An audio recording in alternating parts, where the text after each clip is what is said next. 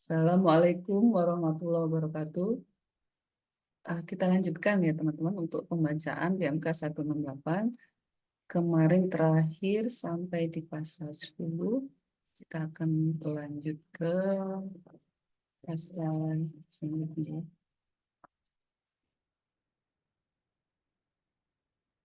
Oke. Mungkin um, kita selama ini mengikuti webinar atau membaca infografis. Nah, saya ingin memberikan mencoba membaca langsung dari peraturannya. Ini adalah metode penafsiran undang-undang secara gramatikal, gitu ya. Tapi tetap nanti saya akan um, compare dengan peraturan yang sebelumnya dan juga eh, pengaturan lain yang terkait. Nah, coba saya izin untuk share screen. Oke. Nah, terakhir kita kemarin berada di ini ya, yang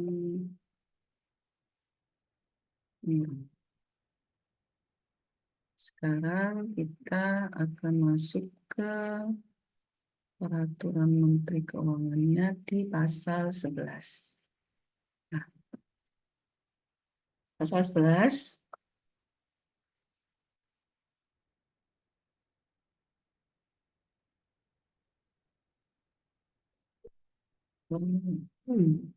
pasal 11 ini adalah pengurangan untuk ini ya, pensiun. Kalau tadi di pasal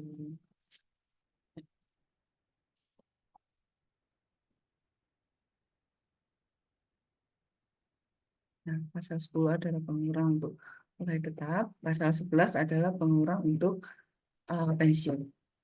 Nah, ini ya, pengurangnya adalah biaya pensiun sebagaimana pasal 21 ayat 3. Terus kemudian ini tidak ada perubahan ya dari pengaturan sebelumnya. Yang baru adalah zakat. Nah, jadi kalau eh, ada zakat atau sumbangan keagamaan yang bersifat wajib bagi pemeluk agama yang diakui di Indonesia yang dibayar melalui pembayar uang pensiun berkala ya kepada badan amil yang dibentuk atau disahkan pemerintah, itu bisa jadi pengurang. Nah, kemudian yang nomor 2, nah ini juga kalau ada yang pegawai tetap ada biaya jabatan, kalau yang penerima pensiun atau sekarang istilahnya pensiunan gitu ya, pensiunan itu ada biaya pensiun. Ya, pensiun ini tidak berubah dari PMK 252, masih sama, yaitu 5% dari penghasilan bruto paling banyak 2.400.000. Nah, ini juga baru, ini baru pengaturan sebelumnya saya lihat tidak ada ya. Pensiunan menerima pensiun dari dua, misalnya satunya DPRK, satunya BPJS Dana Pensiun gitu ya. Atau apa ya, satu ya program pensiun ada dua gitu. Jadi biaya pensiunnya dipotong dari masing-masing. Nah, pasal 12 ini kita masuk ke dasar pengenaan dan pemotongan PP 21 untuk Dewan Komisaris dan anggota Dewan Pengawas ya yang menerima penghasilan secara tidak teratur, yaitu sebesar penghasilan bruto sesuai dimaksud pasal 5 ayat 1 huruf C. Pasal 5 ayat 1 huruf C ini ya bunyinya ini imbalan kepada komisaris yang tidak teratur seperti itu. Jadi sama dengan ini. Nah, mungkin untuk dasar pengenaan ini secara urut ya dari pasal 9 ya kalau dasar pengenaan pegawai tetap pensiunan, kemudian pasal 11 ini adalah pasal 12 adalah dasar untuk Dewan Pengawas dan sebagainya. Kita mungkin langsung ke ini buku PPA 21. Nah, ini cukup cukup clear untuk bagan-bagannya ya. Dasar pengenaan dan pemotongan, ini ada untuk kemarin yang sudah kita bahas, ada di pasal 8 ya, untuk pegawai tetap, yaitu pembayaran untuk masa pajak terakhir adalah DPP-nya penghasilan kena pajak ini ya untuk masa Desember gitu ya. Kalau pembayaran untuk selain masa pajak terakhir, yaitu penghasilan butuh. Ya, penghasilan kena pajak adalah penghasilan butuh dikurangi pengurang.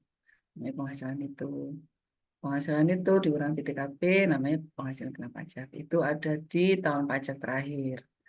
Nah, kalau untuk yang bulanan, ya penghasilan bruto aja tanpa pengurang. Tidak ada pengurang apapun. Semua bruto disam selesai. Nah, ini yang ada di pasal 12, yaitu anggota Dewan Komisaris atau pengawas yang menerima memperoleh penghasilan yang tidak teratur. DPP-nya yaitu penghasilan bruto.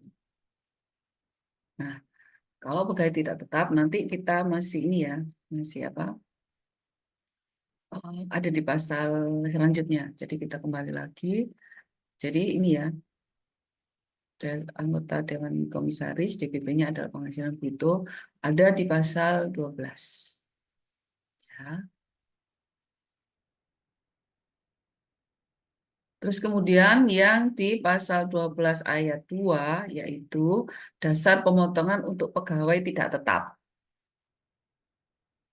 Ini juga kita lebih enak melihat. Ini juga ada nanti ya. Kita lanjut ke pegawai tidak tetap, terus kemudian bukan pegawai. Kita lihat di um, buku saku. Ya, ini adalah pasal 12 ayat 1 ya, pasal 12 ayat 1 di sini. Pasal 12 ayat 1. Terus kemudian nanti ada yang pegawai tidak tetap ada di pasal 12 ayat 2.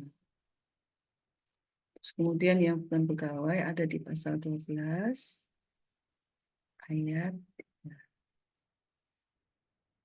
Terus kemudian nanti, nah bukan pegawai, nanti ada note lagi.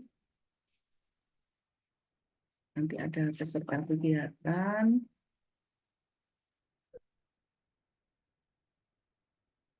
Ada di pasal 12 ayat 5. Kemudian program pensiun ada di pasal 12 ayat 7. Tentang pegawai ada di pasal 12 ayat 8.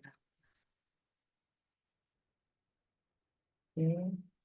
Yang ini pasal 12 ayat 9. Nah, oke, yang mungkin harus lebih lebih masuk lagi yang ini ya. Oke, yang bukan pegawai. Sorry, yang pegawai tidak tetap. Pegawai tidak tetap ada 2 percabangan, yaitu kalau dia dibayar bulanan, ya, kalau dibayar bulanan maka perlakuannya sama dengan brutonya sama dengan ini ya, jumlah penghasilan bruto. Tapi kalau dibayarnya selain bulanan, misalnya harian, mingguan, satuan produksi, itu dia akan dibayar secara rata-rata, gitu ya. Kalau rata-rata penghasilannya 0 sampai 2.500.000 maka pakai yang ini. Kalau di atas 2.500.000 pakai ini. Jadi kalau dibayar bulanan dia seolah-olah sama dengan gaji tetap. DPP-nya ya. Kalau di atas 2.500.000 dia akan sama dengan bukan pegawai. Jadi 50% kali bruto. Ini kan seperti ini ya. Seperti bukan pegawai. Seperti yang tertera di sini. Nah, ini dengan ini pengaturannya sama. Nah, kalau diterima, nah ini bedanya ini aja sih. Kalau diterima harian maka bruto sehari itu berapa. Kalau diterima selain harian maka di rata-rata. Nanti kita akan masuk disambungkan dengan tarif TER ya ini ya 0 sampai 450 bagaimana gitu di atas bagaimana. Ya, jadi ada 3 percabangan. Dibayar bulanan maka seolah-olah dia seperti pegawai tetap. Di atas 2.500.000 per hari gitu ya. Jadi misalnya sekali datang 2.500.000 itu kira-kira pekerjaan apa ya? Maka dia eh, dianggap jadi pegawai tidak tetap datang pada saat ini aja mungkin ya. Datang pegawai untuk servis komputer yang datang pada saat ada kerusakan saja di kantor itu gitu ya. Tapi dia pegawai, bukan pegawai, dia pegawai tapi atau datang hanya untuk apa ya 2.500.000 ya saya juga apa ya belum ada ide untuk contohnya ya. Kalau yang ini mungkin pelinting rokok gitu ya, datang pada saat ada eh, job saja gitu ya, itu adalah pegawai tidak tetap. Kalau bukan pegawai, ini 50% kali betul. Oke, kita ke tidak pegawai dulu yang tadi, kita elaborasi lebih dalam. Nah, gini ya. Yang tadi ya, tidak diterima atau diperoleh secara bulanan. Berarti diterimanya secara harian atau kalau misalnya mingguan, satuan produksi gitu ya, itu maka memakai rata-rata sehari. Gitu. Kalau dia 0 sampai 2.500.000. Kalau di atas 2.500.000 maka seperti bukan pegawai. Tetapi kalau diterima bulan tidak tetap datang, tapi HR-nya membayarnya sebulan sekali, maka dia mirip seperti pegawai tetap. Jadi pegawai tetap yang dari bruto. Gitu ya. Hanya saja yang di sini brutonya tidak ada adjust tahunannya. Kalau yang pegawai tidak tetap dibayar bulanan. Jadi tetap berpotensi ada dibayar atau membayar tahun yang diselesaikan sendiri. Nah, untuk bukan pegawai yang tadi ya, 50% dari bruto. Ada perbedaan sedikit untuk yang bukan pegawai 3 tempat ini. Jasa catering. Jasa selain catering. Dan satunya lagi adalah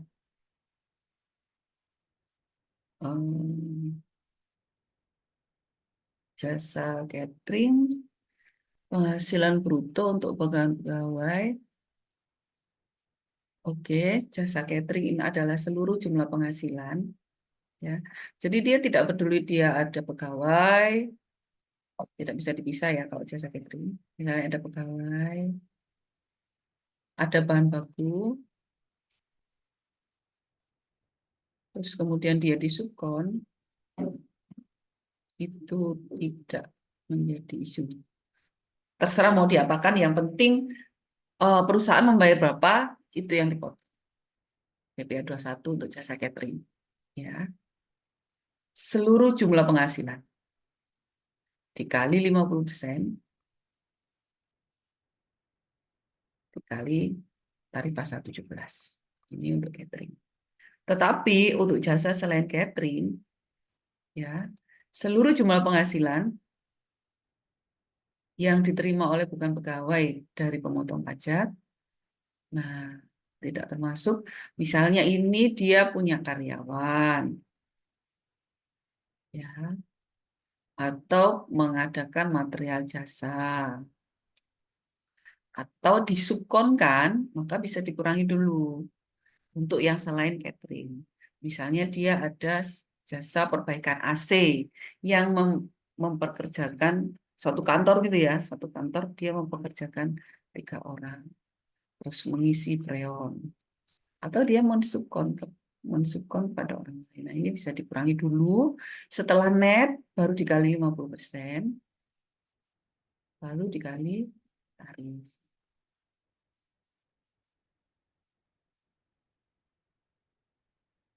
Nah, ya, berdasarkan kontrak atau perjanjian dengan pemotong pajak, kecuali apabila dalam kontrak tidak dapat dipisahkan.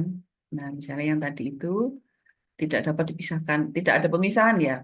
Jasanya berapa, materialnya berapa, eh, pekerjanya berapa, maka digabung. Tetapi bila dapat dipisah di kontraknya atau di perjanjiannya bisa dipisah, maka dasar pengenaannya adalah yang sudah net, sudah dipisah. Tetapi pembayaran yang terpisah-pisah itu ya harus dibuktikan dengan kontrak kerja kalau ya. Kalau dia adalah punya pegawai harus dibuktikan dengan kontrak kerja. Gaji ini. Terus kalau dia pembelian material harus ada faktur. Terus kemudian kalau subkon juga ada itu tadi. Ya, kontrak itu kan pasti tertulis ya. Jadi ada perikatan, ada perjanjian, ada kontrak. Kalau kontrak itu pasti bentuknya tertulis. Jadi harus ada tertulisnya.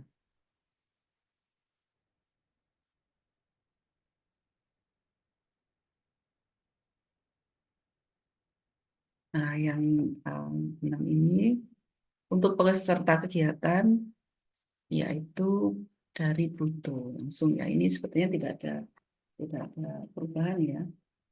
Peserta kegiatan ini tidak baru. Nah, yang ini tadi cukup cukup baru.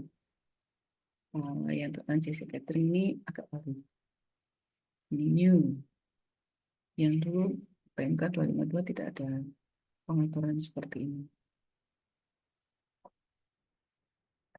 Terus kemudian untuk yang starter kegiatan ini sudah ada di 252, tidak ada yang baru. Sorry, ada di 252 atau di 16 ya. Nah, pokoknya ini sudah berlaku dari ini ya. Nah, kemudian untuk yang ini program pensiun yang masih berstatus pegawai. Jadi misalnya saya masih pegawai berumur 45 misalnya ya. Untuk pensiun saya inginkan nantinya saya mempunyai usaha ini, saya bisa minta dulu. eh, Dana pensiun bisa saya tarik dulu misalnya 10% gitu ya untuk modal dari sekarang. Sehingga pada saat pensiun usaha saya sudah running. Nah itu langsung dari bruto. Ini pengaturannya juga sama seperti yang dulu ya. Bruto. Terus kemudian mantan pegawai. Ya, ini juga dari bruto. Tetapi note-nya adalah semuanya ini tidak kumulatif, tidak ada yang kumulatif. Ya, jadi per bulan, bulan gitu.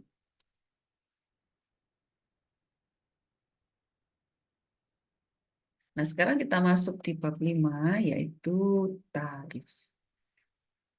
Tarif ini kita tidak lepas dari PP 58. Di sana ada tarif-tarif efektif. Jadi ada TER A, TER B, TER C, begitu ya. Terus kemudian ada lagi tarif berdasarkan pasal 17 ayat 1. Nah, tarif efektif, jadi bukan TER ya, tarif efektif. Tidak ada tarif efektif rata-rata itu tidak ada. Menurut saya justru begini ya, tarif efektif range, karena dia sebenarnya di range. Di range dari TK0 sampai K0 di range. Penghasilan dari misalnya dari 12 juta sampai 13 juta di range jadi satu range gitu ya. Jadi tarif efektif range. Kalau rata-rata apanya yang di rata-rata? Nah ini yang saya nggak belum nemu. Ya, sebenarnya di rata-rata apanya? Kalau saya lebih cenderung tarif efektif range. Tarif efektif kalau pakai bahasa Indonesia apa ya, range? Rentang. Tarif efektif rentang. Oke, ya. Tarif efektif pemotongan sebagaimana dimaksud pada ayat 1 huruf A, ya ini tadi ya. Kemarin di PP 55 ada TER bulanan, ada TER harian. TER pegawai tidak tetap tidak ada, langsung masuk di TER bulanan. Nah, sebagaimana diatur dalam peraturan pemerintah yang mengatur mengenai tarif. Nah, ini adalah PP.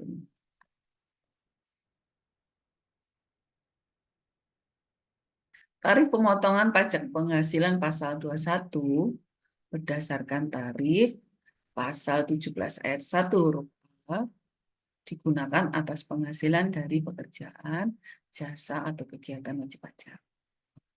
Nah, jadi sebenarnya tarif yang digunakan adalah pasal 17, ya, baik untuk pekerjaan, jasa, atau kegiatan, semuanya pakai pasal 17. Tapi ada yang menggunakan bulanan, menggunakan TER. Nah, kalau yang di pasal 14 ini adalah tarif pemotongan PPh pasal 26 ya sehubungan pekerjaan jasa kegiatan ya. Kan PPh 26 ada banyak ya.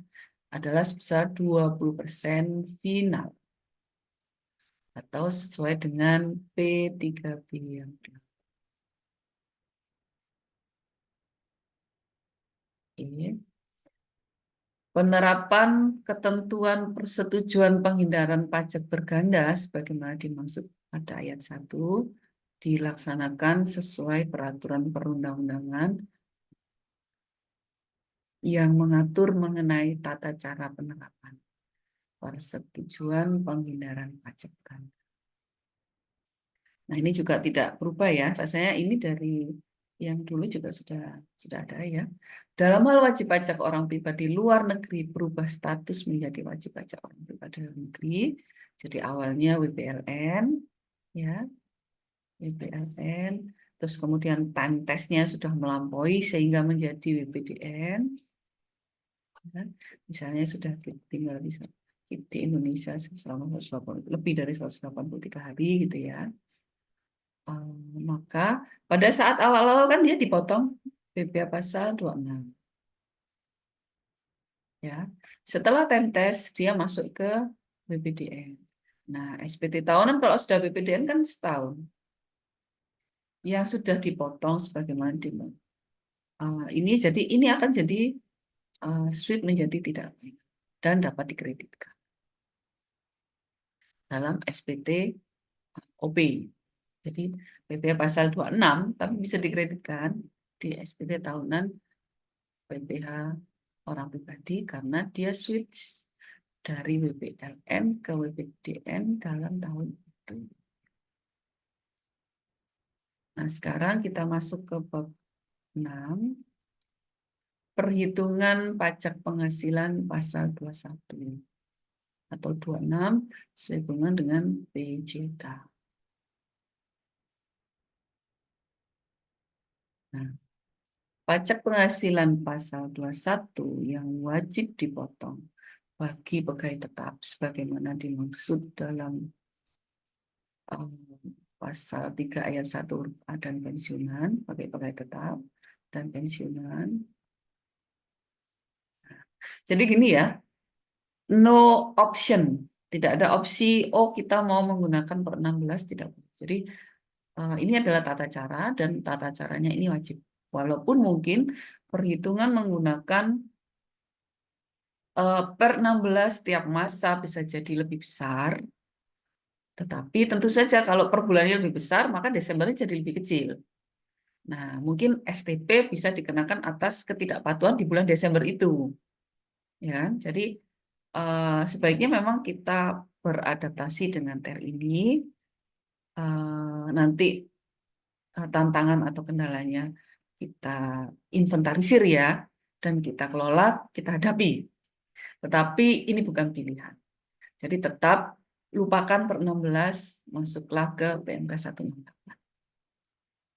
PPh pasal 21 yang wajib yaitu setiap masa pajak selain masa pajak terakhir dihitung menggunakan tarif efektif rentang bulanan dikalikan dengan dasar pengenaan atau pemotongan.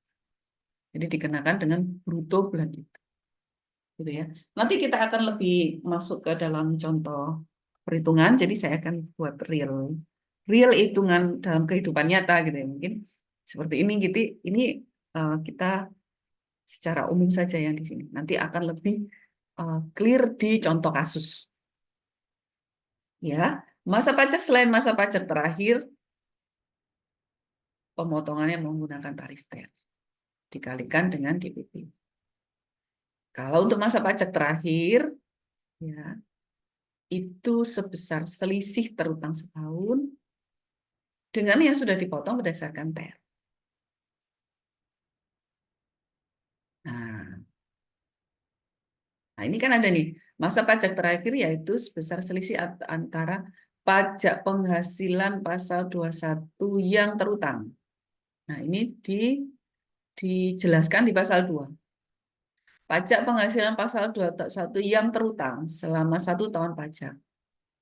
Sebagaimana dimaksud dalam ayat 1 huruf B, dihitung menggunakan pasal 17. Dikalikan dengan dasar pengenaan pemotongan. Jadi di masa pajak Desember, tarifnya adalah pasal 17 dikali dengan PHKP. Dalam hal kewajiban pajak subjektif, ya, pegawai tetap atau pensiunan, baru dimulai setelah bulan Januari atau berakhir sebelum Januari, perhitungan pajak penghasilan pasal 21 yang terutang dilakukan berdasarkan neto yang disetahunkan. Nah, ini hanya di sini ya yang ada disetahunkan, sedangkan tadi yang TER itu tidak perlu disetahunkan. Kalau dulu yang pengaturan berdasarkan per 16 kan penghasilan bulan itu disetahunkan dulu gitu ya. Dikurangi pengurang, terus kemudian penghasilan bruto dikurangi pengurang, kemudian disetahunkan, dikurangi PTKP setahun, dikali tarif setahun, baru dibagi 12 lagi. Dulu kan gini, ada disetahunkan, bahkan untuk yang setiap bulan. Kalau yang sekarang TER tidak perlu disetahunkan, hanya pegawai tetap atau pensiunan yang baru masuk setelah Januari atau berakhir sebelum Desember itu disetahunkan.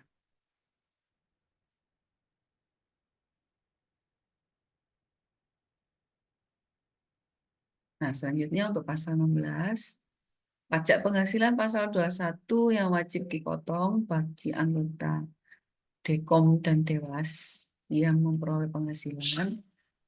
Nah, ini secara tidak teratur sebagaimana dimaksud dalam pasal 3 ayat 1 huruf C, yaitu sebesar, jadi Dewas ya,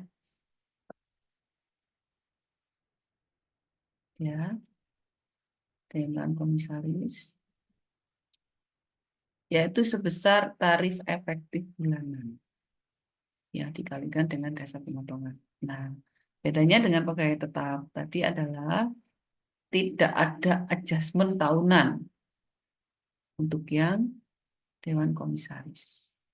Hanya ada TER bulanan, tapi tidak ada adjustment di masa pajak terakhir. Nah, ini berarti ada potensi Dewan Komisaris akan KB atau LB di SPTUP. Kalau yang pegawai tetap, kemungkinan besar sih tidak akan LB atau KB di SPTUP ya, karena akan diselesaikan di perusahaan. Jadi kalau ada LB di masa pajak terakhir akan dikembalikan oleh perusahaan. Kalau ada KB mungkin akan lebih dipotong oleh perusahaan. Jadi SPTUP-nya clear. Sedangkan kalau Dewan Komisaris mungkin dia harus menggabung dulu dengan perusahaan-perusahaan lain di mana dia menjadi komisaris juga di perusahaan itu gitu ya. Jadi dia harus selesaikan sendiri di SPTUP untuk KB dan LB. Ingat dia tidak kumulatif ya. Pemotongan tidak kumulatif.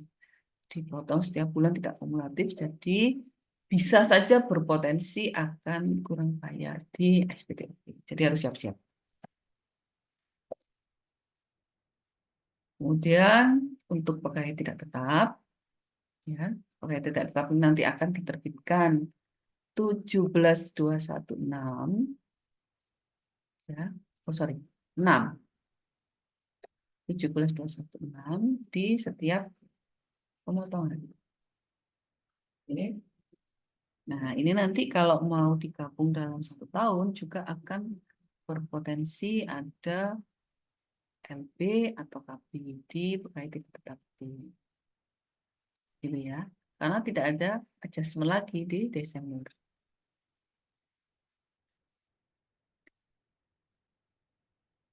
Nah, ini nanti tadi ya ada pembeda itu ya.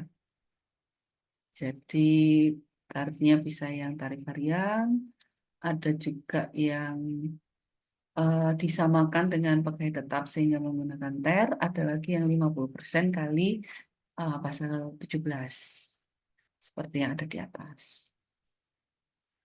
PPh pasal 21 yang wajib dipotong bagi bukan pegawai menggunakan tarif pasal 17 dikalikan dengan dasar pengenaan pemotongan tadi yang 50% ya.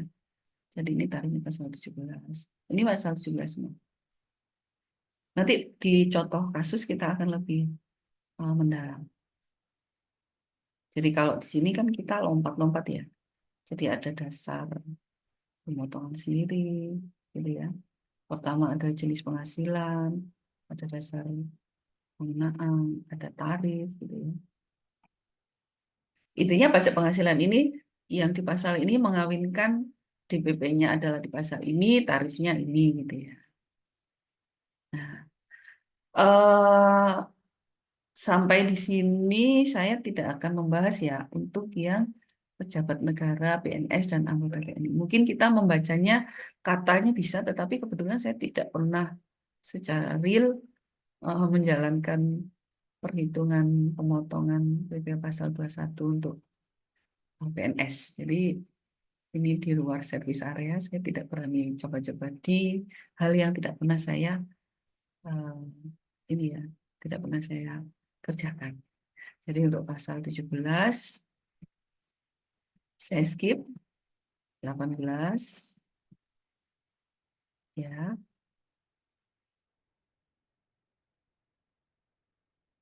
Ini mungkin yang cukup baru yaitu ada surat pernyataan sebagaimana dimaksud ini ada contohnya gitu ya. Jadi kalau ASN mempunyai penghasilan dari 2 tempat eh, yang bukan memberikan gaji pokok yang membuat. Jadi yang tidak buat gaji pokok justru yang buat surat yang motong gitu. Intinya kalau saya baca seperti itu. Kalau teknisnya saya kurang terlalu ini ya, terlalu clear karena saya tidak pernah menjalankan pemotongan untuk ASN.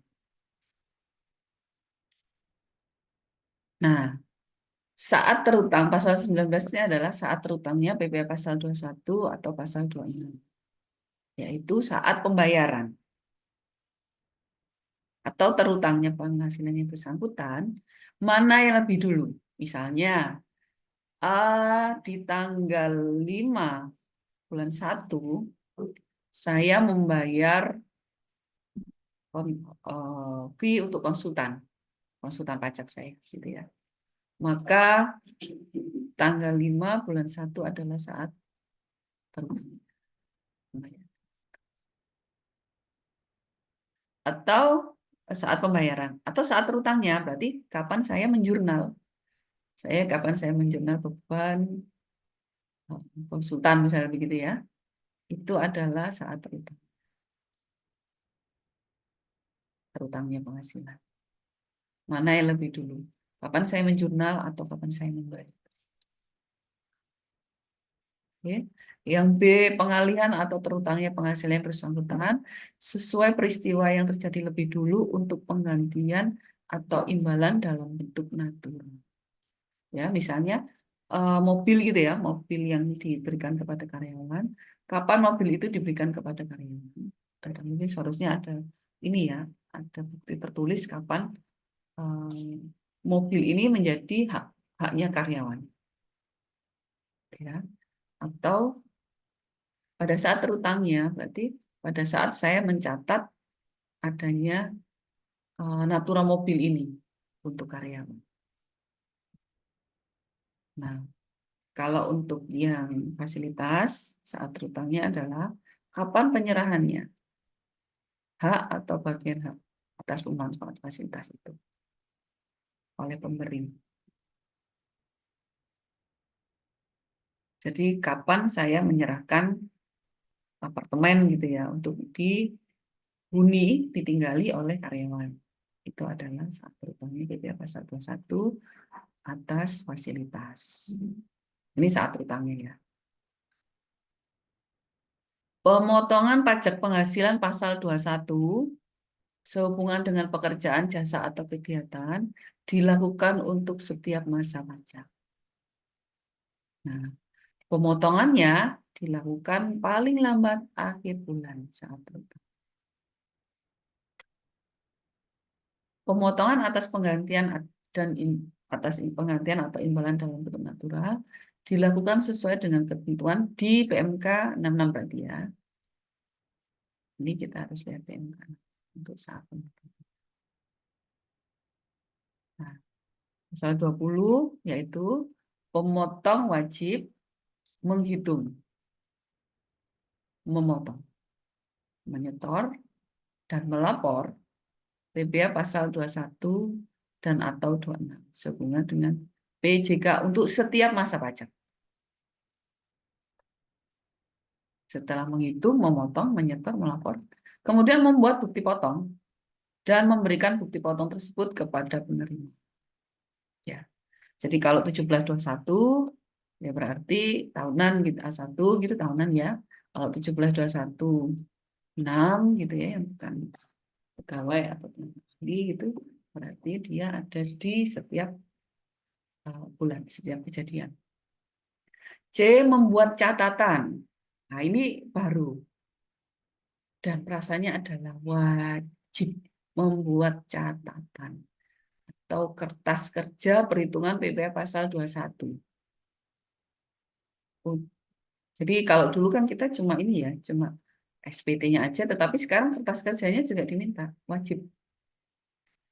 Wajib membuat dan wajib menyimpan. Jadi kalau misalnya ada pemeriksaan, bisa diminta kertas kerja PPh 21, kita wajib menyimpan dan wajib memberikan.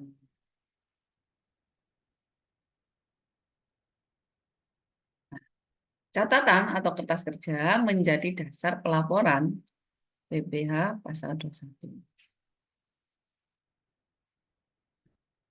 Ketentuan mengenai kewajiban sebagaimana dimaksud pada ayat 1, ya, wajib menghitung, memotong, menyetor, melapor ya, utamanya melapor ya, tetap berlaku dalam hal terdapat penghasilan yang diberikan, tetapi pajaknya nihil. Nah, ini pengaturannya cukup baru ya. Kalau dulu, kalau pajak yang dipotong itu nihil, maka kita tidak perlu lapor. Ya. Kalau sekarang, walaupun yang dilapor, yang di store itu nihil, asal ada DPP-nya, ya, ada penghasilannya, maka tetap lapor.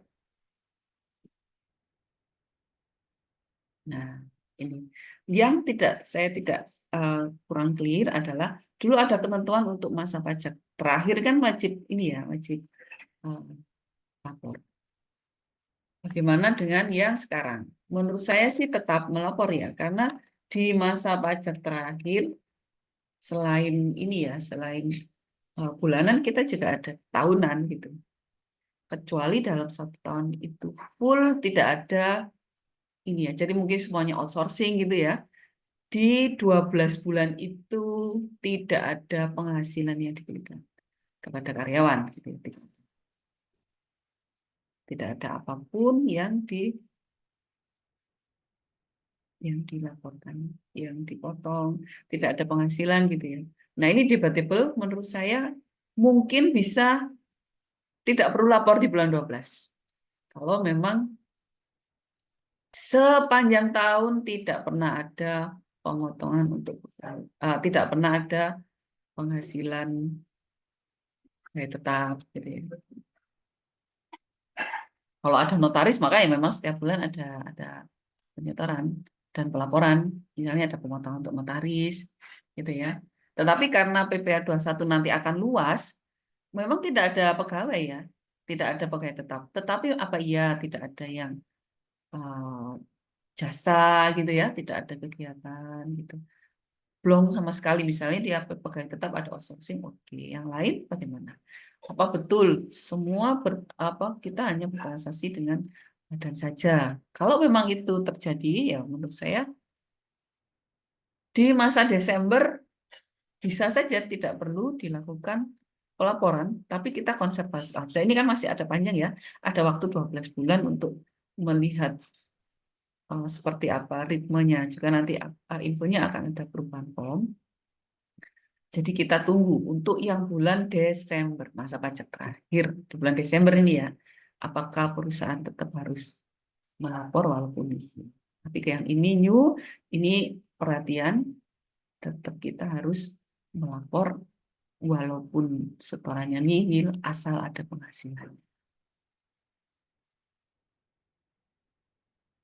Nah, ini kan tidak ada pemisahan ya, bulan masa pajak terakhir atau tidak masa pajak terakhir. Dalam hal tidak terdapat pemberian penghasilan, pekerjaan, jasa, kegiatan, usahanya kosong. Ya, pada bulan yang bersangkutan, ya, tidak ada pemisahan 1, 2, 3, 4, 5, 6, 7, 8, 9, 10, 11, 12 kan berlaku semua ini ya. Ketentuan mengenai kewajiban ayat 1 tidak berlaku, tidak harus lapor, tidak harus setor, tidak harus menghitung, tidak harus mencatat kertas kerja, tidak harus. Ini debatable untuk yang masa pajak terakhir. Nah, bentuk formulir atas bukti pemotongan PPh pasal 21 atau 26 ya, sebagaimana dimaksud pada ayat 1 huruf B, bukti pemotongan ini ya. Nah, itu ditetapkan oleh Per-Dirjen. Maka, apakah ada pengganti dari Per-16? Sepertinya tidak ada, karena semuanya sudah terakomodasi di PMK 168 ini. Kalaupun ada per itu kemungkinan akan mengakomodir bentuk formulir atas bukti pemotongan. Karena yang tadi kita sampaikan ya, ada tempat yang harus ditambahkan untuk zakat. Kemudian pasal 21 ini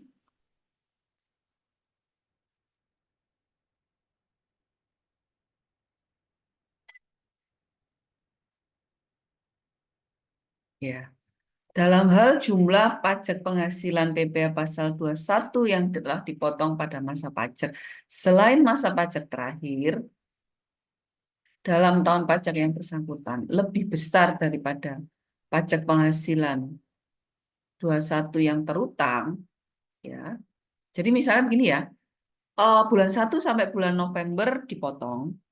Ternyata setelah dihitung dengan masa pajak terakhir misalnya bulan 12 itu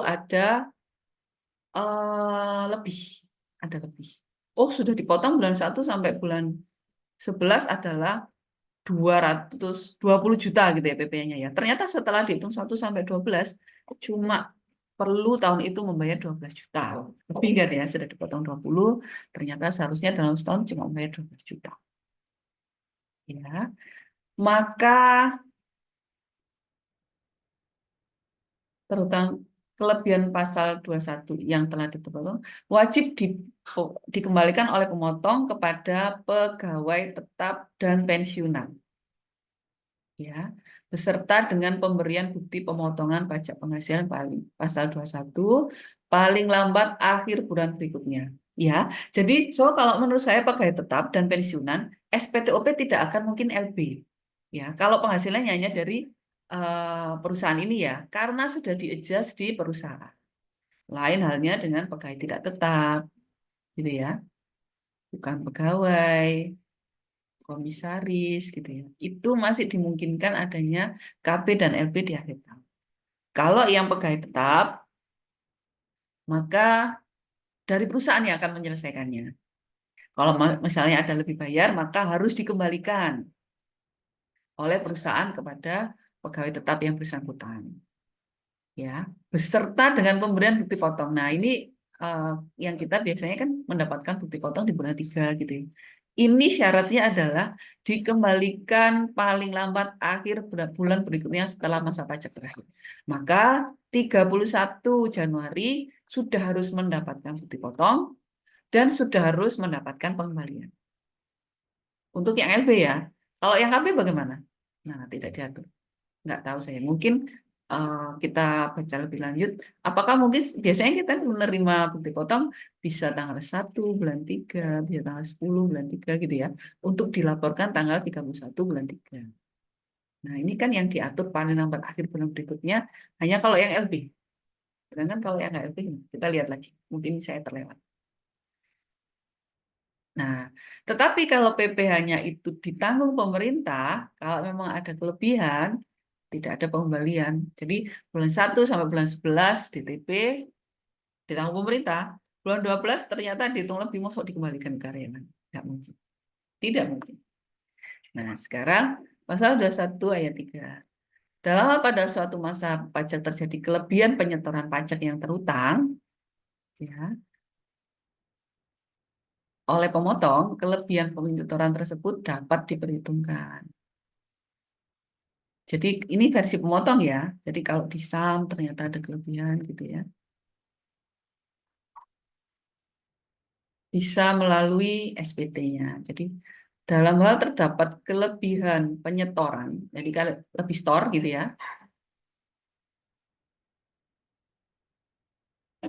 Nah, ini kelebihan penyetoran juga ya. Kelebihan penyetoran bisa di dalam hal pada suatu masa pajak terjadi kelebihan penyetoran. Jadi misalnya menghitung, oh ternyata setorannya kelebihan. SPT-nya yang betul lebih rendah gitu ya. Kelebihan penyetorannya dapat diperhitungkan pada SPT pada bulan berikutnya melalui SPT masa. Nah, eh, kelebihannya ini dapat dapat diperhitungkan berarti dikompensasikan pada bulan-bulan berikutnya tanpa harus berurutan. Jadi boleh ini lompat. Jadi misalnya eh, ini ya bulan 1 dihitung gitu ya. Oh, ternyata lebih nih. Tapi baru nyadarnya di bulan 5 gitu. Dikompensasikan ke bulan 6 itu tidak apa. Jadi tidak harus 1 loncat ke 2, 2 loncat ke 3, jadi tidak harus berurutan. Nah, pasal 22, penerima penghasilan mempunyai hak untuk menerima bukti pemotongan dari pemotong pajak. Ya. 2, penerima penghasilan mempunyai hak untuk menerima pengembalian kelebihan pajak penghasilan pasal 21 yang telah dipotong sebagaimana dimaksud pada dalam pasal 21 ayat 1 kecuali DTP ya, sama kayak yang di atas tadi ya. Jumlah PPh pasal 21 yang telah dipotong selain yang bersifat final merupakan kredit pajak bagi penerima penghasilan untuk tahun pajak penghasilan itu. Jadi kalau kredit pemotongan PPh pasal 21 di tahun 2014 maka adalah kredit pajak di SPTUP tahun 2014. Penerima penghasilan wajib melaporkan seluruh penghasilan yang telah diterima atau diperoleh, baik yang telah dipotong maupun tidak dipotong. Ya, karena bukan pegawai, misalnya gitu ya kan dipotongnya 5% gitu ya. Tetapi di SPT-nya tetap harus di SPTOP tetap harus dilapor semua dan kekurangannya atau kelebihannya diperhitungkan. Baik yang bersifat final maupun tidak final. Maupun yang bukan objek. Ya, natural kan banyak tuh yang bukan objek. Nah, itu tetap harus dilaporkan di SPT tahunan OP. Pasal 23, tata cara penghitungan pajak penghasilan pasal 21 dan atau pasal 26 ada nanti selanjutnya kita akan detailkan di ini ya, contoh perhitungan. Ketentuan penutup PMK 250 biaya jabatan eh, dicabut tapi sudah masuk ya, muatannya sama.